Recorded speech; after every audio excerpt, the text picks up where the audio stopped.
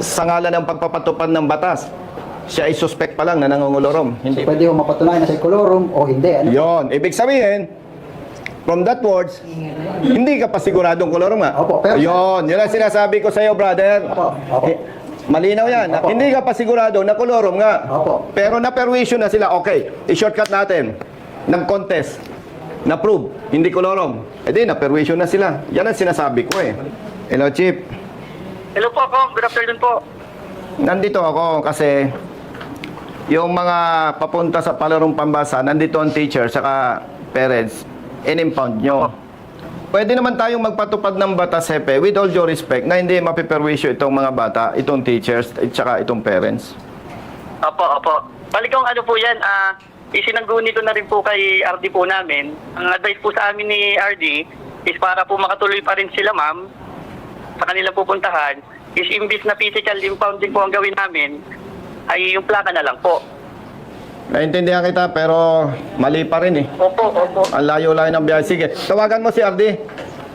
Opo. Sabihin mo, nire-request ko, ibigay yung plaka. Isang driver ang dumulog kay Colonel Busita sa kadahilanang hinuli siya ng LTO enforcer na may violation, kolorum, na may multang 200,000 mga idolo. Matakin nyo mga idol a-attend sana sa palarong pambansa ang nasabing driver mga idol na may sakay na mga teacher, estudyante at mga magulang mga idol. Hinuli siya ng enforcer na hindi naman siguradong kolorum ang sasakyan. At ang masakit nito mga idolo, kinuhaan siya ng ORCR, inimpound ang sasakyan, sabay tinanggalan siya ng plaka. Gaano naman kasakit yun mga idolo? Na hindi ka siguradong kolorum talagang sasakyan pero tinuluyan mga idol netong LTO enforcer. Kaya ito ang inaksyonan ni Colonel Busita. Kaya tara, sabay-sabay nating panoorin ang maiinit na eksena ukol dito. Good afternoon. Kolorum, sir. Nandito ako ngayon kasi tumawag ang driver. Sigurado naman kilala niyo ako. Opo, yes, po, sir. Pag may nakikita akong mali, pakialamero ako. Nasaan ang inyong chief?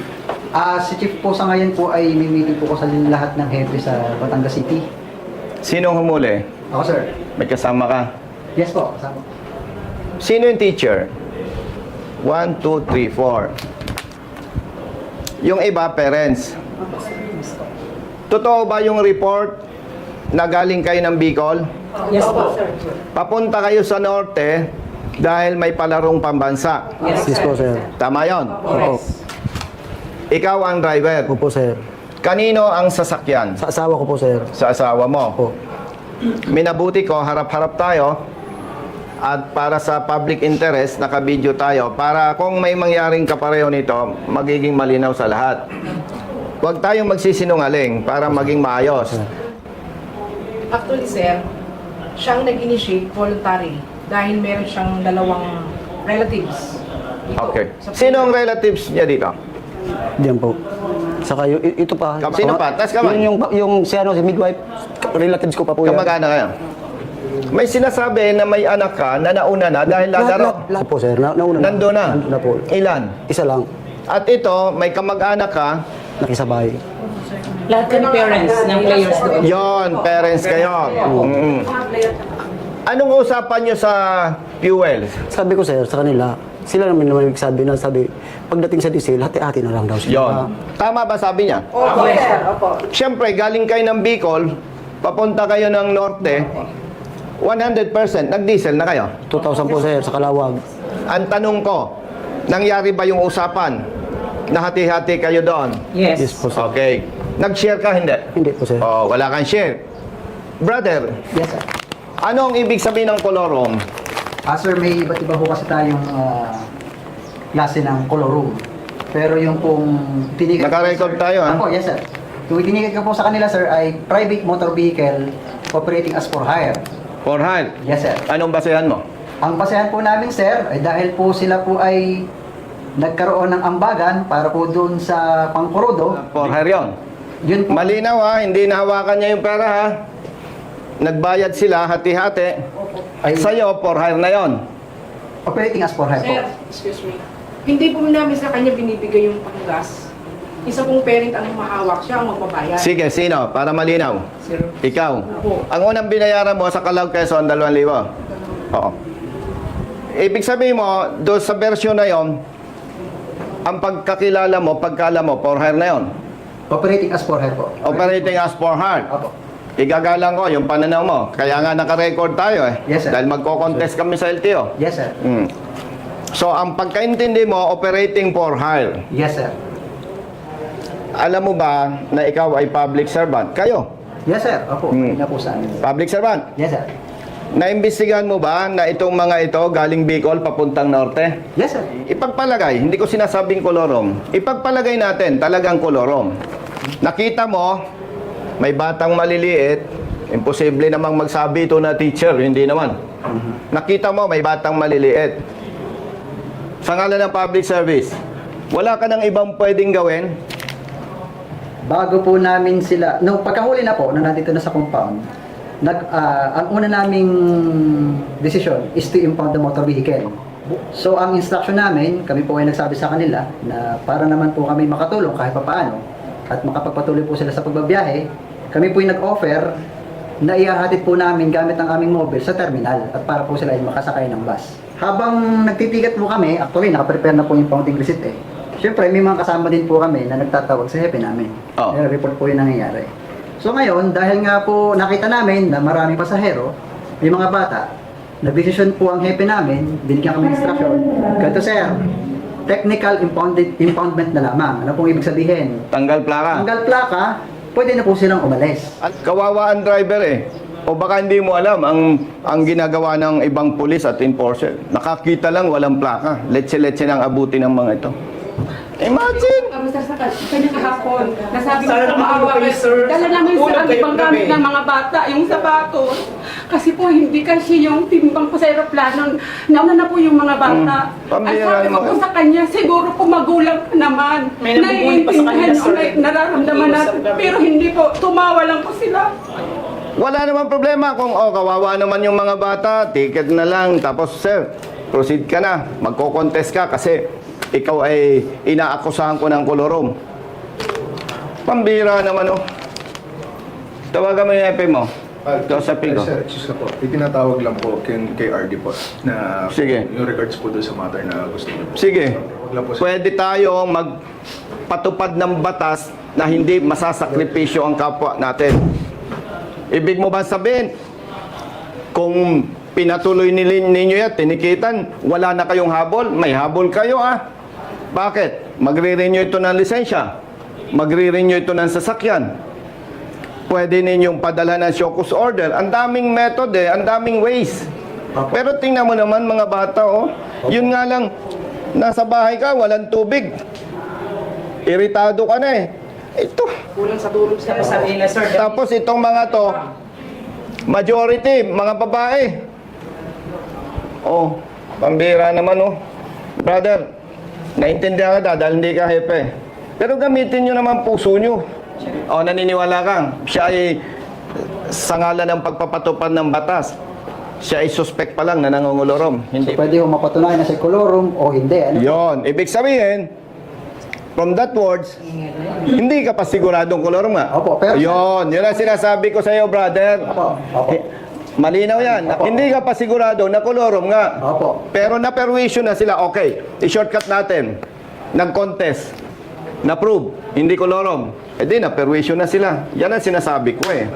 Hindi nyo naintindihan yung tamang public service kasi pwede pa rin nating habulin yan. May kapangyarihan pa rin tayo sa pamamaraan na hindi mapiperwisyo. Itawag nyo sa RD. Anong sabi? Co-coordinate po ulit kay RD. Kung Yung regards po doon sa O, sige. Alam mo ang number ni RD, kakausapin ko. Oh, wala po ako number ni RD. Akin na, kasapin ko si Hepe. Diyan mo. Opo. Hello, Chief. Hello po, Kong. Good afternoon po. Nandito ako kasi yung mga papunta sa palarong pambasa, nandito ang teacher, saka parents, in-impound nyo. Pwede naman tayong magpatupad ng batas, Hepe, with all due respect, na hindi mapiperwisyo itong mga bata, itong teachers, at saka itong parents. Opo, opo. Balik kong ano po yan, isinangguni ko na rin po kay RD po namin. Ang advice po sa amin ni RD is para po makatuloy pa rin sila ma'am sa kanila pupuntahan, is imbis na physical impounding po ang gawin namin, ay yung plaka na lang po. Naintindihan kita pero mali pa rin eh. Opo, opo. Ang layo-layo ng biyahe. Sige, tawagan mo si RD. Opo. Sabihin mo, nire-request ko, ibigay yung plaka para makabiyahe ito ng maayos at hindi abalahin ang mga pulis at enforcer sa biyahe. Kasi may ticket naman eh. Tapos tawag po ako ulit. Sige.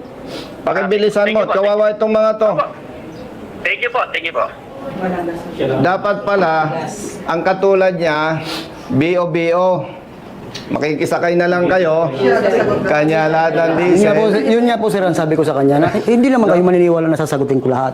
Kasi sa akin ang ako yung van, ako pa nagdadrive, simple sabi ko, Kita nyo? sila naman ang mag-ano. Kita niyo ang problema, no?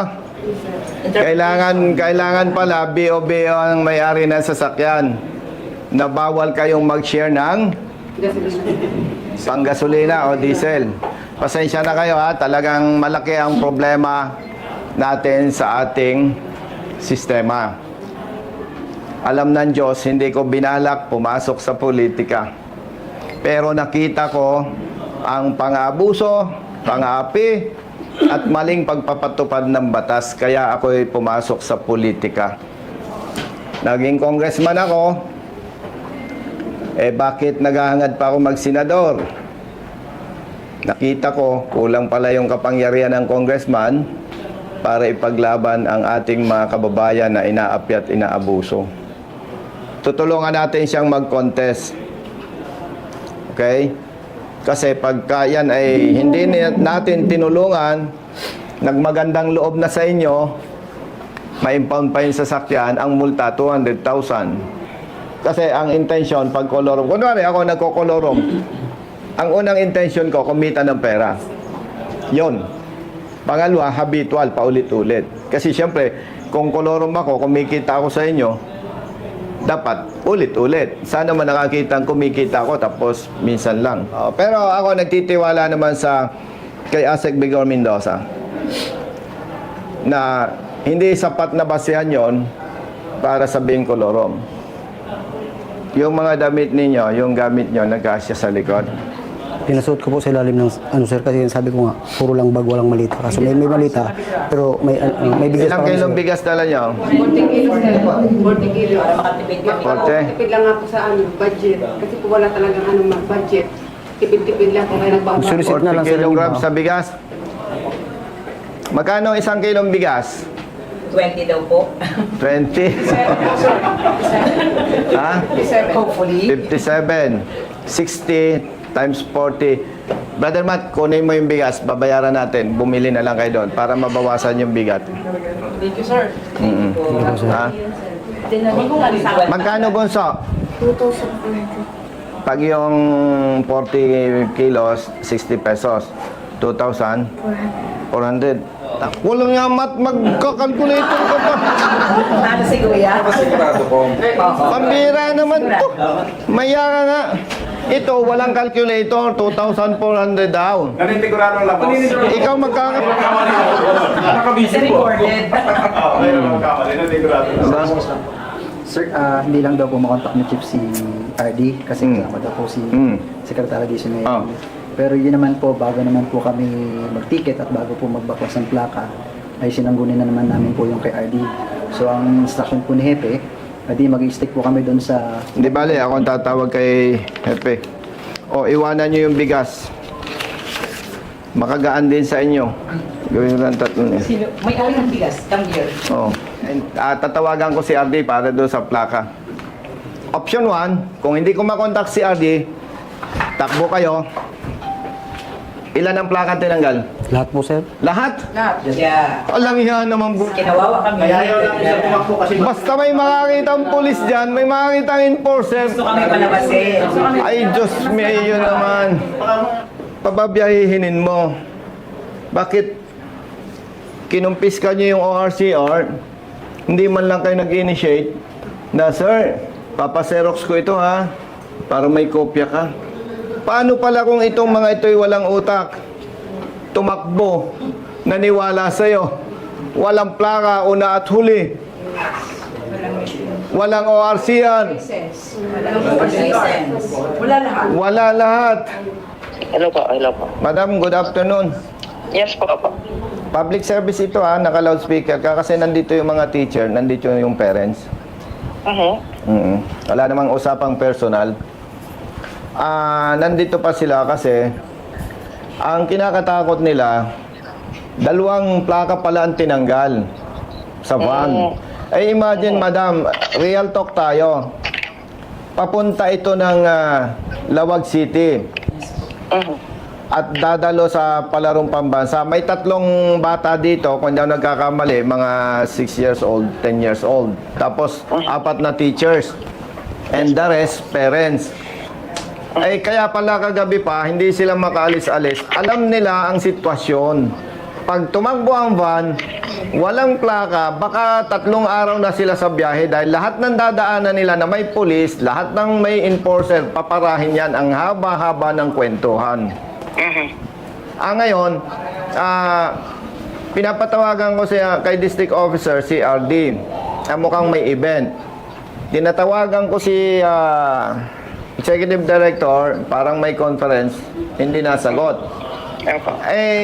Ito naman madam, sa ngalan ng public service, may ticket, alleged colorum, may holding pa rin ang LTO kasi magre-renew ng sasakyan, magre-renew ng lisensya. Ang request ko sana dito sa LTO dito, huwag kakalimutan yung public service na hindi naman mga kriminal tong mga to. Kagabi pa, kahapon pa na dito. Ang request ko, sa ngalan ng public service, with all due respect, iparelease ninyo ang plaka dahil talagang baka abutin to ng 3 araw o 5 araw. Ang layo ng Lawag. May dito kaya silang copy ng ORNCR? Siyempre, may ORC yan. Nandiyan po sila, sir. Kinuha po nila. Kinuha ng enforcer. May kopya pa ang driver. Wala po, sir. Walang kopya na ang driver. Wala po, sir. Naku, lintian yan. Wala nang kopya ang ORCR itong driver. Kinumpis ka ng enforcer nyo. So ganito na lang po, sir. Yung copy ng ORNCR, ipapa-photocopy na lang po dyan sa LTO San Pablo. And then, ipa-ano na lang po namin ng plate. Then kung ano po, pwede naman po silang mag-file ng protest. Exactly. Pero ang ano nga dyan, madam, pakituruan nyo yung mga tao nyo. Balansehin yung pagpapatupad ng batas at public service. Tama yung sabi mo. Imagine pala, tatakbo, walang plaka, walang ORC yan. Wala po, sir. Kasi kinuha po niya. Kalinti ka na. Sige, sir. Di pa ano ko na lang po. Bigyan mo na instruction itong assistant chief. Ito. Sige, pakausapin ko na po Okay. si Chief Melvin. Ang Chief Melvin. Okay. Hello, Chief. Yes po. May copy tayo ng ORCR ng sasakyan. Yes po. Confiscated. Di i-photocopy na lang para may copy ang driver. Opo. Tapos encoded na naman yan na Opo. i-document niya na lang na nirelease na natin ang plaka for the sake ng papunta sila sa palarong pamansaya tayo. I-document niya na lang na nai-release natin sa kanila yung pwede mo namang papirmahin doon sa copy ng DOP. Ang magiging basis natin is yung may iiwan na copy sa atin ng ORNCR. Okay, Chief. Copy po. Okay, sige. Then pwede naman sila mag-file ng protest. Sige po. Okay, sige. Thank you. Madam, thank you. Okay po. Okay, thank you. Bye-bye. Sige. Ma'am, bantayan nyo ha. Opo. Pag Thank you. Pag inaantok ha. Opo. Pag antok ha. Campaign nyo in Bicol in 2028. Alam Ang mo. brother ko po ang newly elected mayor in Uban. Ha? Sorsogon, yes. Ganon? Opo, Fulleros. Congrats. So I'll campaign Papasyal you. ako sa inyo. Hindi namin makakalimutan kung ang ginawa mo Grabe sa amin. itong ano. Grabe. Napaiyak talaga ako.